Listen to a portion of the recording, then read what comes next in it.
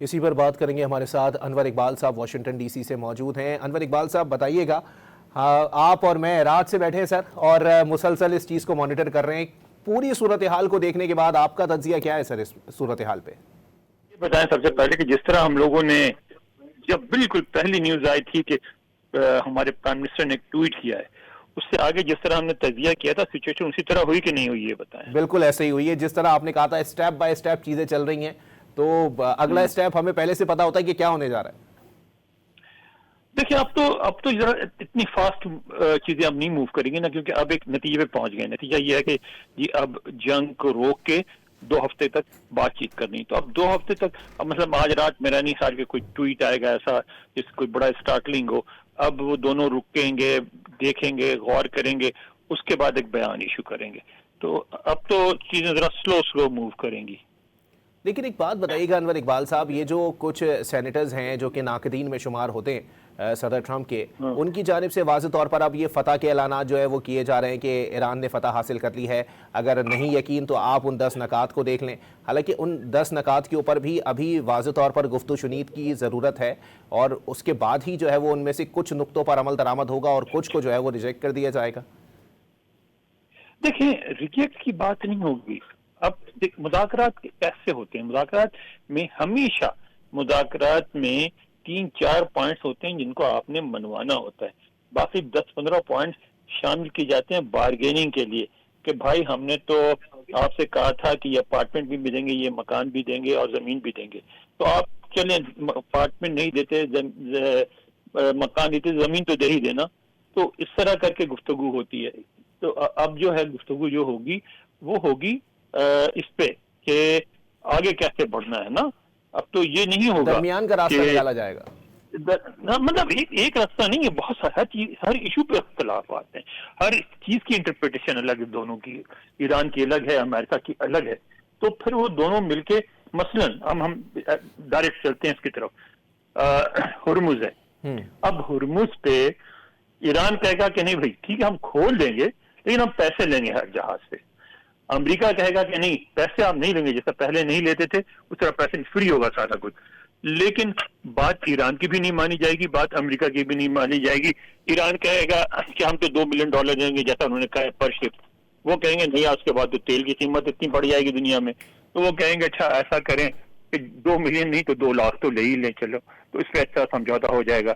اسی طرح جو ہے ایران کہے گا کہ آپ تاوان جنگ ادا کریں گے. تاوان تو ہم نہیں دیں گے, ظاہر امریکہ کسی قیمت کو شکست ماننے والی بات ہے. تاوان جنگ تو ہمیشہ ہارنے والی پارٹی دیتی ہے.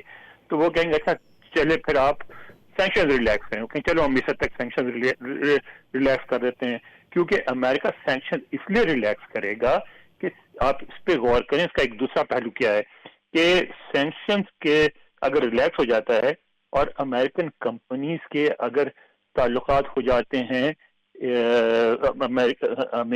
ایرانی کمپنیز کے ساتھ, ایران میں مثلاً ریلوے بنانے میں, مثلاً بلڈنگیں بنانے میں, ان میں تو ان کے جب بھی سینکشن ریلیکس ہوں گی تو ان کے معاشی تعلقات شروع ہو جائیں گے.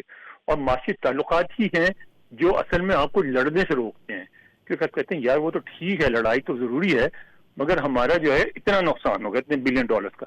وہ کہتے ہیں یار نہ ہی لڑو تو بہتر ہے. تو اس طرح چیزیں چلتی ہیں. اس طرح ایشو پہ الگ الگ ایشوز پہ بات چیت ہوگی اور کچھ پہ سمجھوتا ہوگا, کچھ پہ نہیں ہوگا. کچھ چیزیں فوراً پہ جائیں گی, کچھ مہینوں پہ چلی جائیں گی, کچھ برسوں پہ چلی جائیں گی. لیکن انور اقبال صاحب ایک چیز جو ہے وہ میرے ذہن میں آ رہی ہے, ہو سکتا ہے میں غلط ہوں, لیکن کچھ عرصے پہلے جب یہ جنگ شروع نہیں ہوئی تھی اس سے پہلے ایک خبر جو ہے وہ منظر عام پر آئی تھی. وہ فیک نیوز بھی ہو سکتی ہے کیونکہ سوشل میڈیا پہ دیکھی تھی میں نے. انہوں نے کہا تھا کہ ایران نے جو ہے وہ سرمایہ کاری کی دعوت دی ہے امریکہ کو اپنی تیل کی جو ہے وہ صنعت کے اندر. تو یہ صورتحال اس وقت سے چلی آ رہی ہے. آپ کو لگتا ہے کہ کوئی کمپنیز کا جو ہے وہ ایران کے ساتھ کوئی ٹریڈ معاہدہ ہو سکتا ہے یا اس چیز کے اندر؟ کیوں نہیں ہو سکتا؟ دیکھیں ابھی ہوتا کیا ہے, اصل میں ہم لوگ چیزوں کی ذرا ڈیپتھ نہیں جاتے. اب بھی تیلوں کو دنیا میں بین الاقوامی مارکیٹ میں بیچنے میں امریکی کمپنیز کا کوئی مقابلہ نہیں, نمبر 1 ہے ساری دنیا میں. یعنی بظاہر جو آپ کو لگتا ہے کہ دشمن بھی تیل بھی بیچتے ہیں تو کسی نہ کسی سٹیج پہ امریکن کمپنی کی انوالومنٹ ہوتی ہے. اب اس میں دونوں مل کے یہ سوچیں گے کہ یار اس میں اگر